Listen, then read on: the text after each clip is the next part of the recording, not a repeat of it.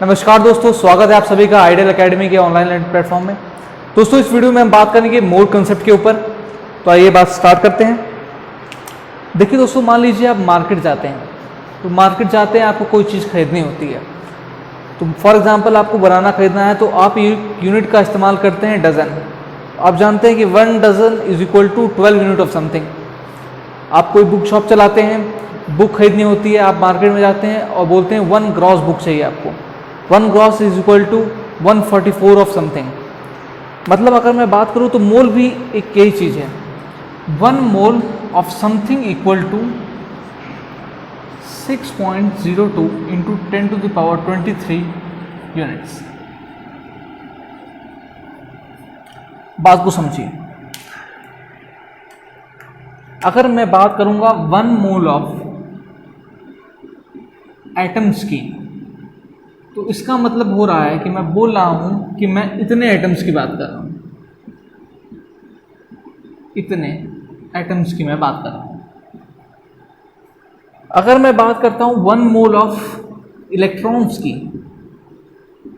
इसका मतलब मैं बोल रहा हूं कि 6.02 इंटू 10 पावर 23 इलेक्ट्रॉन्स। अगर मैं बात करता हूं 1 मोल ऑफ मॉलिक्यूल्स की, तो इसका मतलब मैं बात कर रहा हूं 6.02 into 10 to the power 23 molecules. इस बात को समझिए। सिमिलरली जैसे कि मैं कंपेयर करता हूं 1 dozen is equal to 12 of something, 12 unit of something. 1 gross is equal to 144 unit of something. Similarly 1 mole का मतलब है कि 6.02 into 10 to power 23 unit of something. वो एटम्स हो, इलेक्ट्रॉन्स हो, मॉलिक्यूल्स हो, उसका मतलब यही होता है। अब ये 1 मोल में इतना यूनिट होता है, ये हमें पता कैसे चला? मोल का डेफिनेशन ये होता है कि 1 mole is equal to number of atoms in 12 gram of C12। 1 mole का डेफिनेशन होता है number of atoms in 12 gram of C12। और बाय एक्सपेरिमेंटली हमने फाइंड किया है कि 12 ग्राम ऑफ C12 में 6.02 into 10 to the power 23 atoms होते हैं। 1 मोल ऑफ एटम्स की यह डेफिनेशन। इसी डेफिनेशन को थोड़ा सा और इलाबोरेट करेंगे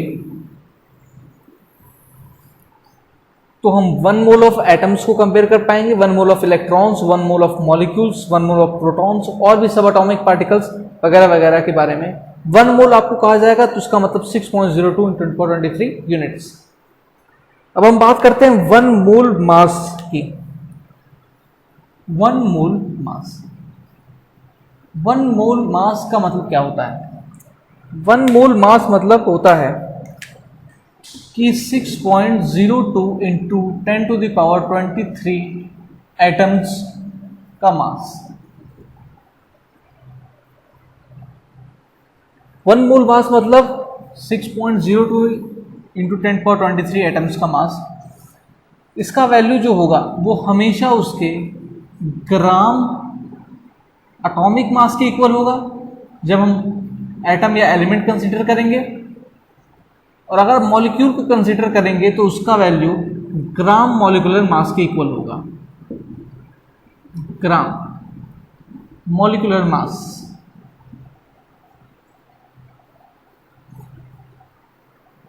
और डिटेल में बात करें तो अगर आपसे बोला जाएगा कि 1 मोल मास ऑफ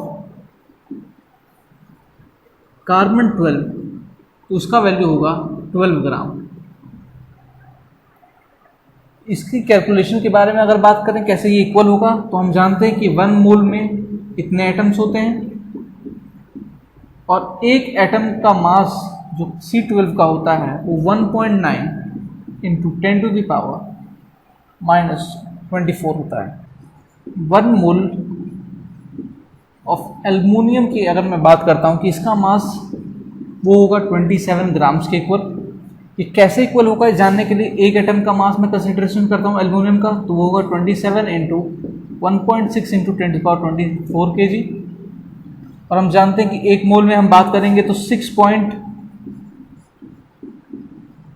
हम एवोगैड्रो नंबर के इक्वल एटम्स की बात करेंगे, यानी कि 6.02 इंटू 10⁻23।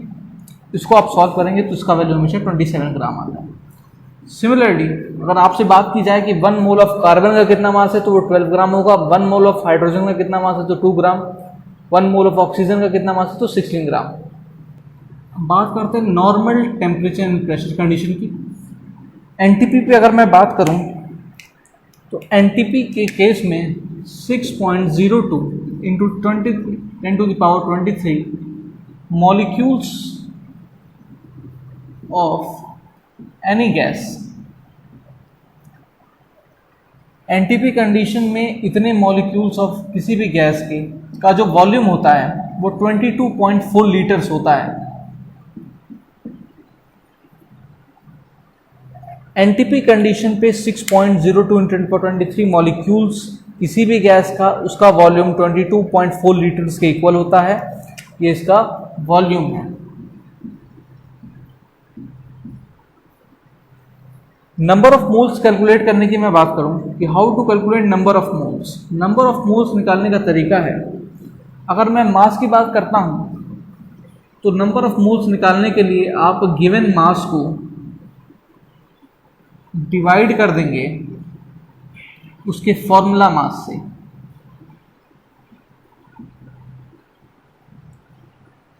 मतलब मान लीजिए नंबर ऑफ, ये मोल्स की बात कर रहा हूं मैं, नंबर ऑफ मोल्स की, नंबर ऑफ मोल्स आपसे पूछेगा तो आप गिवन उसका जो मास गिवन है उसको डिवाइड कर देंगे उसके फॉर्मूला मास में।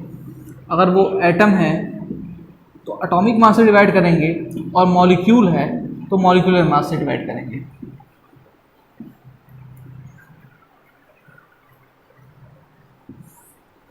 मान लीजिए कि आपको उसका किसी केस में मास नहीं गिवन है और उसको उसकी जगह आपको गिवन है कि उसमें कितने पार्टिकल्स मौजूद हैं। इसका मतलब तब आपको नंबर ऑफ मोल्स कैलकुलेट करने के लिए उसके गिवन नंबर ऑफ एटम्स या मॉलिक्यूल से को नंबर ऑफ एटम्स या मॉलिक्यूल्स को डिवाइड करना होगा एवोगैड्रो नंबर से। एवोगैड्रो नंबर यानी कि 6.02 इंटू 10⁻23। मतलब किसी केस में अगर आपको मास नहीं गिवन है और नंबर ऑफ एटम्स या मॉलिक्यूल्स आपको दे दिया गया और पूछा गया कि उसका मोल्स बताइए, नंबर ऑफ मोल्स, तो उसको आप एवोगैड्रो नंबर से डिवाइड कर देंगे और आपका नंबर ऑफ मोल्स निकल आएगा। आगे हम बात करते हैं लॉ-स्मिथ नंबर की।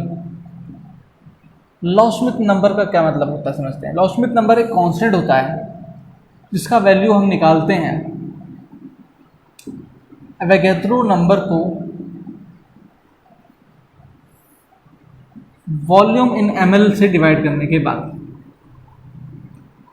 इन दोनों को जो हम डिवाइड कर देते हैं तो इसका वैल्यू आता है 2.68 इंटू 10⁻90। इसी वैल्यू को हम लोग लॉ-स्मिथ नंबर कहते हैं। लॉ-स्मिथ नंबर के बाद हम बात करते हैं वेपर डेंसिटी की। वेपर डेंसिटी की वेपर डेंसिटी की अगर मैं बात करता हूं तो वेपर डेंसिटी क्या होता है समझते हैं। वेपर डेंसिटी एक्चुअल में एक रेशियो होता है density of the gas to density of hydrogen. Density of gas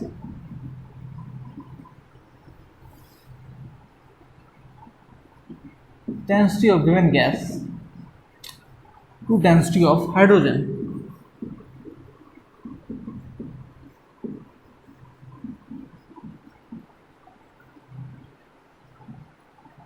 कई बार क्वेश्चन में आपको वेपर डेंसिटी दे दिया जाता है और पूछा जाता है कि उसका मॉलिक्यूलर मास क्या होता है। तो मॉलिक्यूलर मास और वेपर डेंसिटी में एक रिलेशन होता है, molecular mass is equal to 2 into vapour density. अगर आपको वेपर डेंसिटी गिवन है और आपसे पूछा जाए कि उसका मॉलिक्यूलर मास कितना है तो आप वेपर डेंसिटी को ट्वाइस कर देंगे, वो उसके मॉलिक्यूलर मास के इक्वल हो जाएगा। दोस्तों कुछ क्वेश्चंस हम रिलेटेड टू मोल्स देखते हैं। तो क्वेश्चन नंबर 1 है, calculate the volume occupied by 16 gram of O2 at NTP. तो 16 ग्राम O2 से की बात कर रहा है, एनटीपी पे उसका कितना वॉल्यूम होगा। तो हमने वॉल्यूम की बात की, तो उसमें हम नंबर ऑफ मोल्स निकाल लेंगे। तो नंबर ऑफ मोल्स जो हो जाएगा इसका, नंबर ऑफ मोल्स होगा 16/32, यानी कि 1/2 मोल्स, 1/2 मोल। और हम जानते हैं कि एक मोल जो होता है, 1 mole of any gas at NTP condition occupies 22.4 litre of volume. तो 1/2 मोल्स कितना ऑक्युपाई करेगा, 1/2 से दोनों तरफ मल्टीप्लाई कर देंगे, 11.2 लीटर्स। उसका वॉल्यूम हो जाएगा 11.2 लीटर्स। क्वेश्चन नंबर 2 देखते हैं, calculate the number of atoms in 0.5 moles of इतना। KClO3 को कंसिडर करते हैं, तो अगर मैं बात करूं एक मॉलिक्यूल की, 1 मॉलिक्यूल ऑफ KClO3 को देखें, तो इसमें टोटल 5 एटम्स हैं। 1 molecule of KClO3 contains 5 atoms. एक हो गया KCl, एक हो गया K, दूसरा हो गया Cl और 3 ऑक्सीजन एटम, यानी कि टोटल हो गए 5 एटम्स। 1 मॉलिक्यूल में आपका 5 एटम होता है, तो 1 मोल मॉलिक्यूल्स में आपका कितना होगा, वो होगा 5 × 6.02 × 10⁻23, क्योंकि हम जानते हैं 1 मोल में 6.02 × 10⁻23 एटम्स होते हैं, सॉरी मॉलिक्यूल्स होंगे। तो 5 उसको मल्टीप्लाई कर देंगे तो आपका एटम्स आ जाएगा। लेकिन हमसे पूछा है 0.5 मोल का, यानी कि 1/2 मोल का, तो 1/2 से हम दोनों तरफ मल्टीप्लाई कर देंगे। तो 5 × 6.02 × 10⁻23/2। इसको एक बार फिर से समझ लीजिए कि KClO3 के एक मॉलिक्यूल में 5 एटम थे, तो अगर मैं एक मोल मॉलिक्यूल्स को कंसिडर करूंगा तो वो 5 × इतना एटम्स हो जाएंगे। लेकिन हमसे पूछा है 0.5 मोल यानी कि 1/2 मोल का, तो इसका वैल्यू आपका इतना /2 हो जाएगा। क्वेश्चन नंबर 3 देखते हैं। क्वेश्चन नंबर 3 कहता है, what is the mass of 1 mole of electron. तो 1 मोल इलेक्ट्रॉन का कितना मास होगा। तो एक इलेक्ट्रॉन का मास जो होता है वो होता है 9.1 × 10⁻³ kg। तो 1 मोल ऑफ इलेक्ट्रॉन्स का मास की अगर मैं बात करूं, तो हमें इसको मल्टीप्लाई करना होगा 9.1 × 10⁻31 को 6.02 × 10⁻23 से मल्टीप्लाई करेंगे, जो वैल्यू आएगी हमारी वो उसका मास होगा kg में, mass of 1 mole of electrons हो जाएगा वो। क्वेश्चन नंबर 4 देखिए, calculate the number of electron in 1.8 gram of H2O। 1.8 gram of H2O में कितना नंबर ऑफ इलेक्ट्रॉन्स है, इसको समझते हैं। अगर मैं नंबर ऑफ मोल्स की पहले बात करते हैं, नंबर ऑफ मोल्स की मैं बात करता हूं, तो वो इसका गिवन मास हो गया 1.8 अपॉन इसका मॉलिक्यूलर मास हो गया 18, इसका वैल्यू आ जाएगा 0.1 मोल, 0.1 मोल।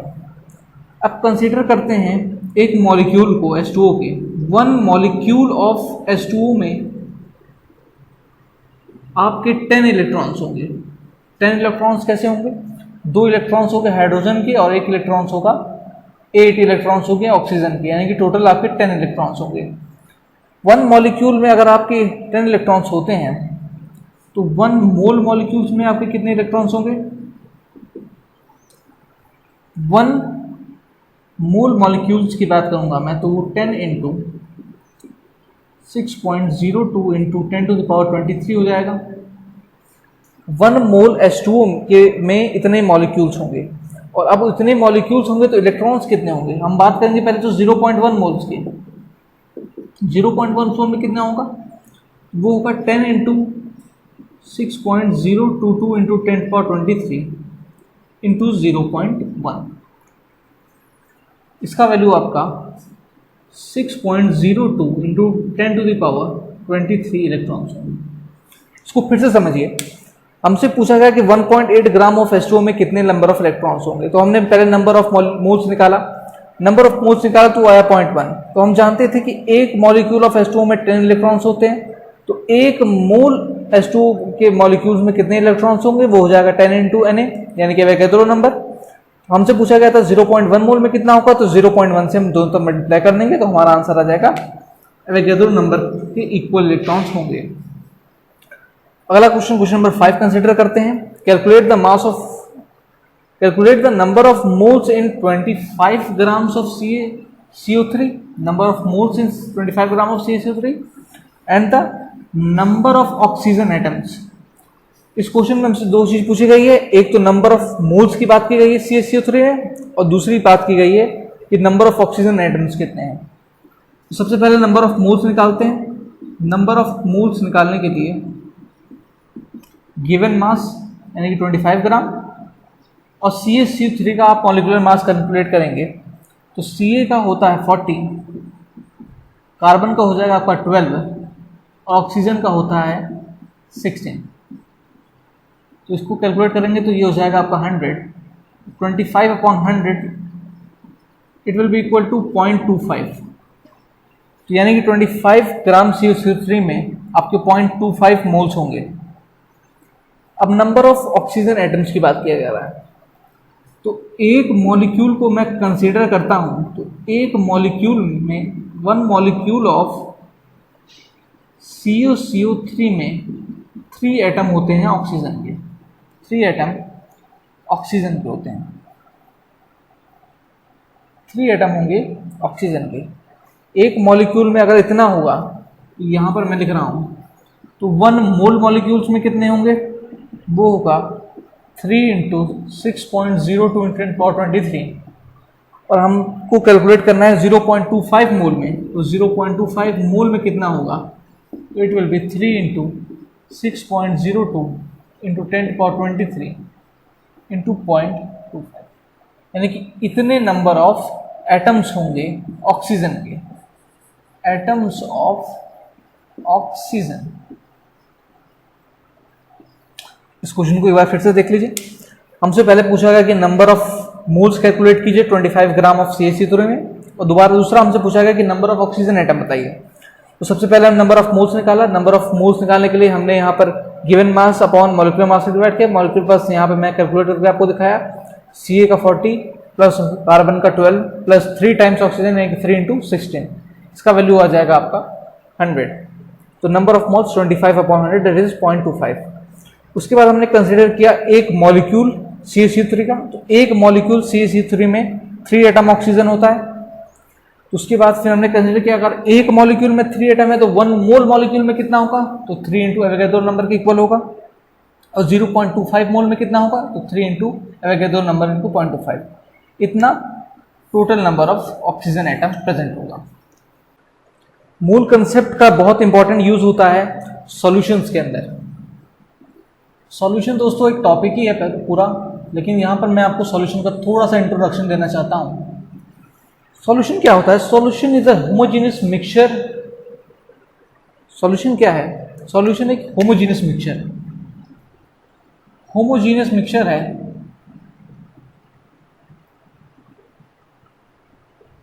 और इस होमोजेनियस मिक्सचर में दो चीजें हैं, एक है सॉल्यूट और दूसरा है सॉल्वेंट। एक है सॉल्यूट और दूसरा है सॉल्वेंट। सॉल्यूट का अमाउंट हमेशा थोड़ा सा कंपेरेटिवली कम रहता है, अमाउंट की मैं बात करूं तो लो रहता है, और इसका वैल्यू थोड़ा सा हाई रहता है। किसी भी सॉल्यूशन का कंसंट्रेशन निकालने के लिए हमारे पास बहुत सारे तरीके होते हैं। उसकी बात करूंगा तो पहला होता है मोलरिटी, एक होता है मोलैलिटी, मोल फ्रैक्शन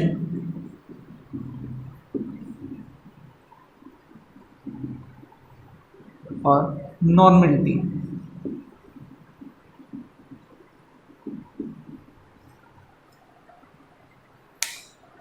इन चारों पे का फॉर्मूला मैं आपको बताऊंगा, थोड़ी थोड़ी बातें भी करूंगा चारों के ऊपर, लेकिन डिटेल में हम इस पर सॉल्यूशन चैप्टर के ऊपर ही पढ़ाई करेंगे। सॉल्यूशन चैप्टर में हम इसे बहुत डिटेल में पढ़ेंगे और इससे रिलेटेड सारे प्रॉब्लम्स को भी वहीं पर सॉल्व करेंगे। दोस्तों अभी के वीडियो के लिए इतना ही। अगले टॉपिक में हम पढ़ेंगे मॉलिक्यूलर और एम्पिरिकल फार्मूला को डेवलप करना। और आप अपनी क्वेरीज हमें टेलीग्राम हमारे चैनल पे भेज सकते हैं, उसका लिंक मैं डिस्क्रिप्शन में डाल रहा हूँ। उसके अलावा आप इंस्टाग्राम पर भी मुझे फॉलो कर सकते हैं। इस वीडियो को लाइक करें, शेयर करें, कमेंट करें और चैनल को सब्सक्राइब करें। Thank you.